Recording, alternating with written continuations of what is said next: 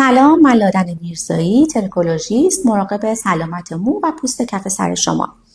ما توی کلینیک زیبایی یه سری خدمات رو به شما ارائه میدیم که شامل اسکراب اسکالپ یا همون پاکسازی کف سر شما با هدف برطرف شدن مشکلاتی مثل چربی بیش از حد سرتون، جوش کف سرتون، شوره، سبوره و موارد اینچنینی هست که البته توی محیطی کاملا ریلکسی، کلینیکی و استریل این کار برای شما انجام میشه و ضمناً تحت نظارت پزشکان کلینیک.